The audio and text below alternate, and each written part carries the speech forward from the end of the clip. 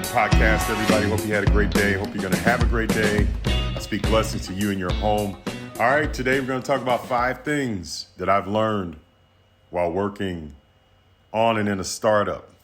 Let me preface that by saying I come from a small business household. My parents owned businesses ever since I could remember, and I worked in the businesses. I worked on them for many years. And I really learned more about business, customer service, supply chain. I learned all of those things probably before I really learned, some of the fundamental things that you do in school.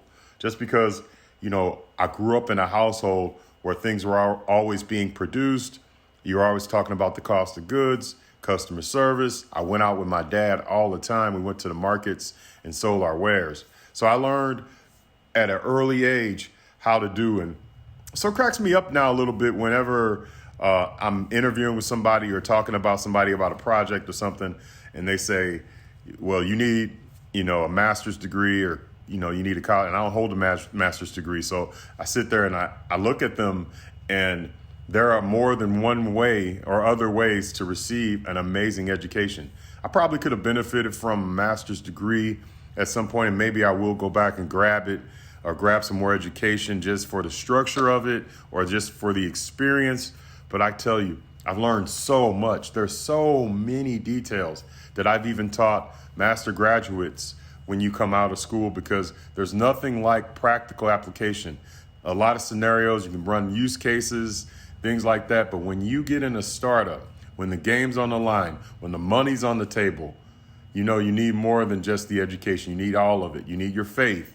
You need your education, whatever background it is, whether it's traditional, non-traditional, whatever we're calling traditional, non-traditional. You need all your tools when you get ready to do a startup. We're going to get my wife to interview and ask her some questions because she's got a great startup, and I think you guys could hear and learn a lot from her.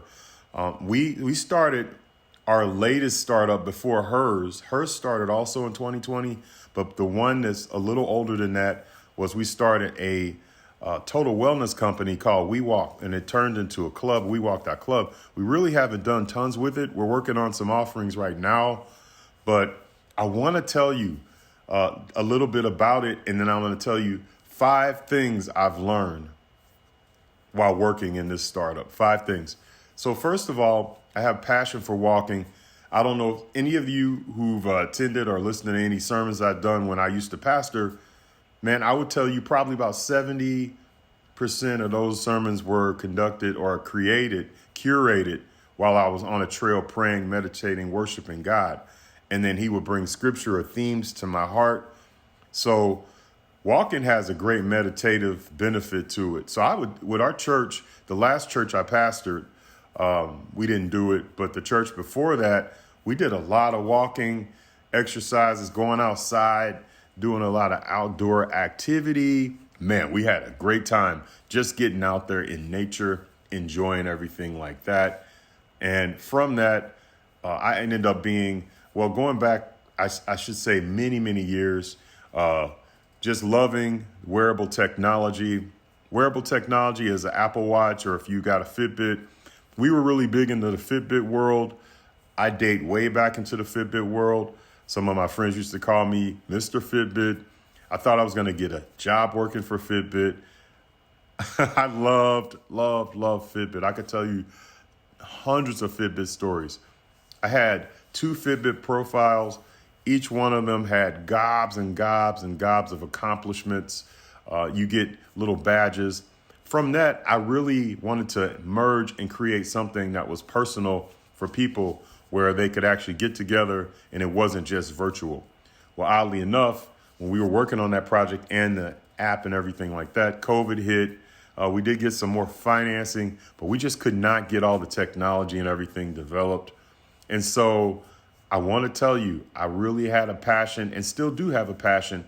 I said had because I'm working primarily right now on my wife's business, Feeling So Beautiful, and helping her with Feeling So Beautiful has been such a blessing, because I'm going to tell you, when we go over these five steps or 5 keys or 5 things, man, she has all 5 of these things. We had them in WeWalk, but I see them way stronger in her business. All right, without any further ado, let's jump into the 5 things. We're going to spend the rest of the podcast here today on the Gettin Betta podcast going through each one of these. And if you have a small business or if you want life coaching to support you in your small business, of course, you can reach out to us. We'll try to help you. And the reason why I say try is because can't make any promises depending on how many people we're coaching at the time or how many business things we're working on. Right now, we're just crowded with getting into transition and everything for the Feeling So Beautiful business. And of course, I'm working on some neat and new things as well. So get in touch with us. Don't let that stop you. Oh, they sound like they're too busy. We'll make time. If there's time to be fit in and we pray and the Lord lets us, we'll coach you up. So we can help you. We can definitely tell you what not to do.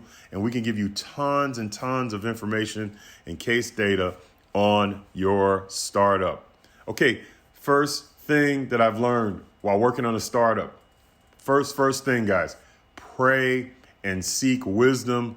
Seek God about what you want to do.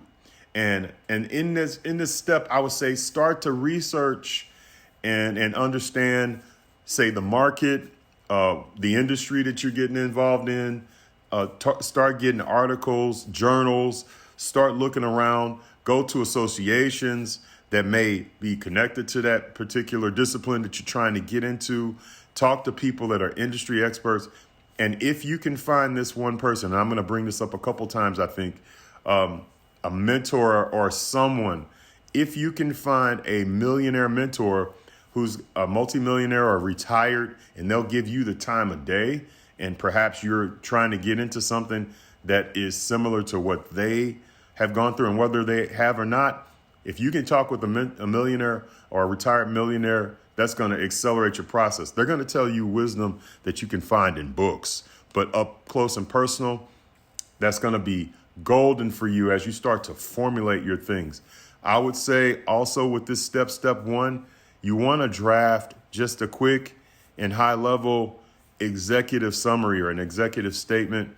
You want to try to talk about what your vision, your passion is. Just let it all flow out. They don't have to be perfect. Get something done. That way you have something to take a look at, maybe a basic document to share with other people, including if you run into that lady or that man that they've had a lot of success maybe in the space that you're looking to go in. So do that. But I would caution with this first tip, if you overthink everything, you could start in 2022 and it could be 2032 and you still haven't launched any type of prototype, nothing. You could get decision constipation, and have that whole thing just jammed up and not, going anywhere with it. So the goal for you, I would say, this is me throwing this goal out there to you, is to be wise about how you gather your information, and then also asking God, what is the next step? What is the next step? He will never stop you, from going forward. He's just always going to provide. I've just seen this over the 30-something years we've been doing small businesses and ministry and everything like that. And even longer if you go back to my childhood. You're going back, I don't even want to tell you how many years when we're talking about, I don't even want to get into that. A long time. He'll give you the next steps. Every time we've been working on a project, stop usually means just pause and listen, and then you'll have some kind of a nugget of truth or something. It sounds super, super spiritual. It really is not. When you're walking through the day and walking through the nights of preparing your business, getting research and stuff, if you feel like you got that feeling in your stomach when you think about you're going to launch, well, you're always going to have some kind of just a little bit of feeling in your stomach. I don't even want to call it fear. I just want to say you're going to have where you need to just go. Just launch it. Just shoot it out there. We got a lot of small business people that we're connected through our marketplace when we go to the weekend to sell for Feeling So Beautiful, go out to the farmers markets and stuff like that. So we've connected to a lot of other business owners and got to interview them casually and talk to them.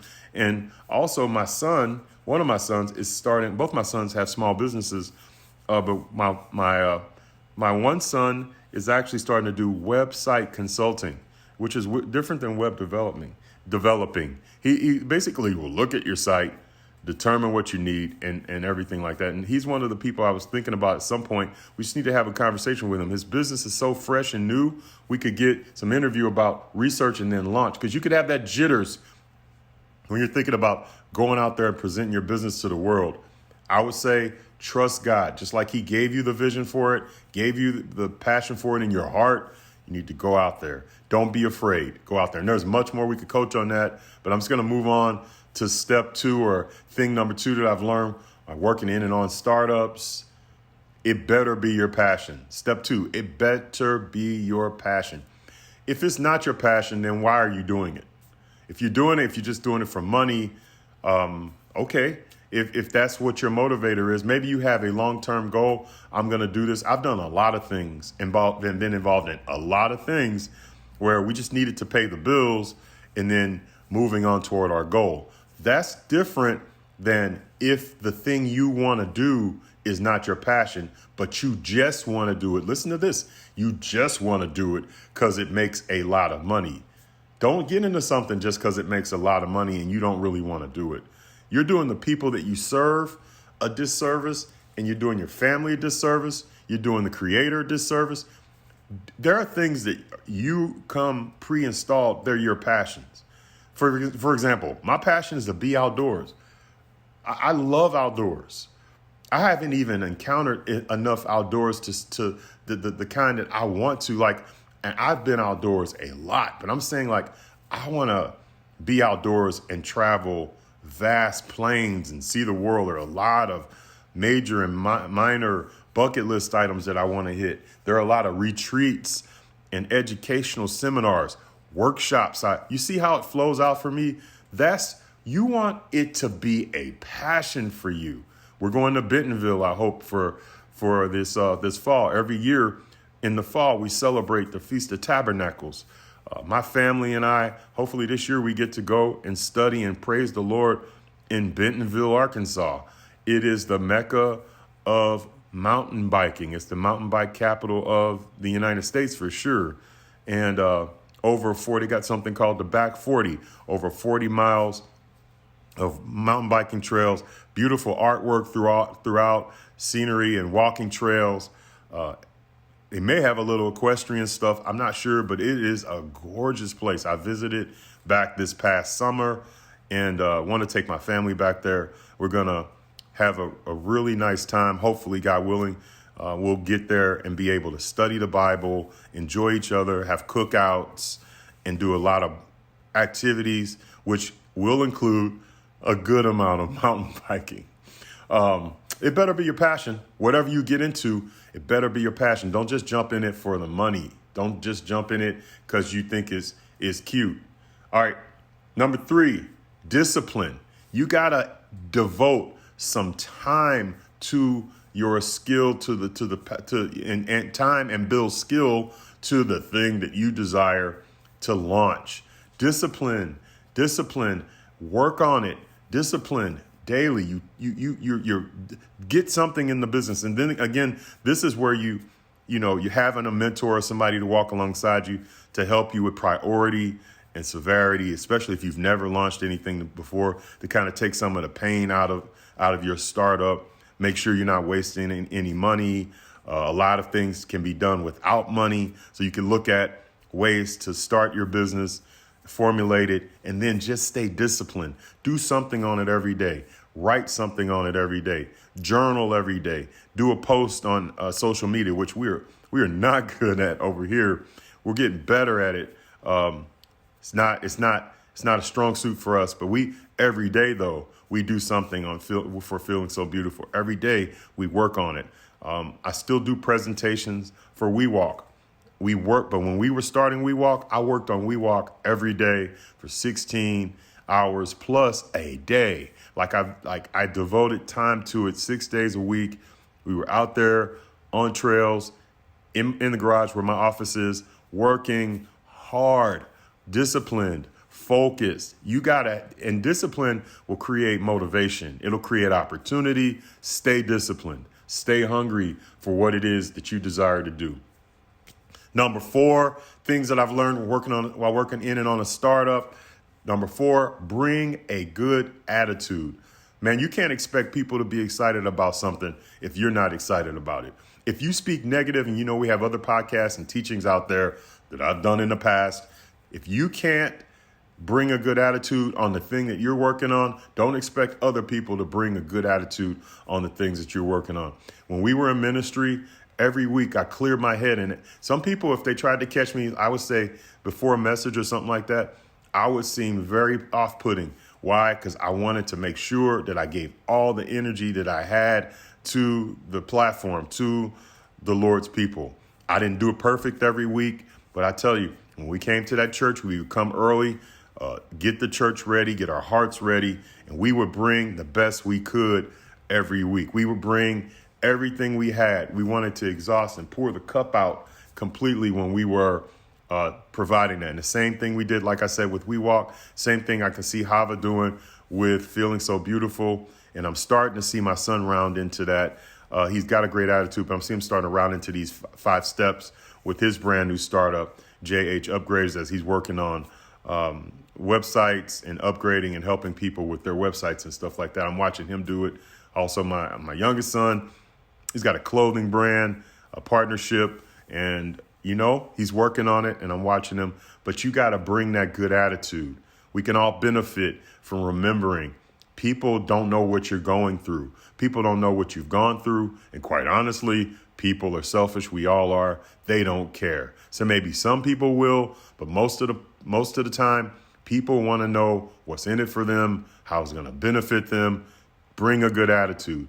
Don't rely just on your offering to be good. You got a good offering, terrible attitude, not the right combination, in my opinion. The right combination, in my opinion, is a good offering, solid, that's been researched. You know your product, you know your market, and a great attitude. Bring that smile, bring that charisma, bring that character. If you don't have charisma, bring knowledge, bring a kindness to your product. Bring that. And 5th and final tip. There are hundreds of tips. I just wanted to hit 5 of them for us today. You might have others that you want to just throw them in the comment area. That's going to be kind of our thing. If you're doing stuff with the Gettin Betta podcast and following the show, the goal is eventually we start sharing so much knowledge down in there in our community for everything. So people can look in there, even if they don't necessarily listen to the show. They can go down in the comments and hopefully read all these positive things that people are doing about their life so that they can get informed or get some more knowledge and continue to move forward.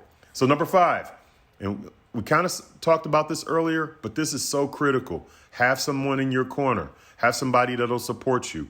I can tell you, we had some great families, and I'm in touch with all of those families up until this day. But you need more people in ministry to help you support you and your goals. You need some strategic people. I've learned since I've been retired from ministry, you need a combination of paid staff people to minister to lots of people. Not just like if you're just going to do YouTube or whatever, fine. But if you're out there and you're actually going to have a physical building and a gathering and programming and serve people as a pastor, you need paid people, you need volunteer people, and people, most importantly, that are pray with you. But likewise, with your startup, you need some people that are going to support you, that they're with you, that they'll help you in your goals. Man, one of the biggest triggers or pitfalls can be when you don't have a strong team. And your strong team could be a team of you and Jesus. If you can't find anybody, it's just you and him until he brings someone else, And so don't go choosing people. I've been guilty of this dozens of times in my life. Don't go choosing people just because they're nice to you and you think that they really have your best interests in mind and they're going to be there for good and bad and guide you and give you feedback and stuff. You got to make sure that the people that you choose that are in your life, that you're working with are down with you like four flat tires. You want those people to be with you, despite any of your character flaws. Like, if you're with me just because I'm perfect, then when the minute I fail in my perfection, you'll be out. But if you with somebody, and I say wit, like the old school street wit, if you with somebody, if you with them, then when you're with them like that, then you're with them, like I said, to the end. You're with them. Hey, just like I'm not going to always be completely up in your grill, but I'm not ever going to not be supporting you. You are my guy. I got you. I don't agree with everything you do, just like you don't agree with everything I do. But you know what? It ain't about our agreement. It's about our love. And Christ brings us together in love. And listen, my friend, I'm with you. Man, somebody's with you like that. That feels great. And you can go on and you can make hay with that. And so those are 5 things I've learned by working in and on a startup. There are many more things. Like I said, we're going to get some interviews going with some people who are actually out here, not just myself, grinding in startups. But for now, I want to thank you guys for listening to this awesome edition of the Gettin Betta Show. We'll see you guys again.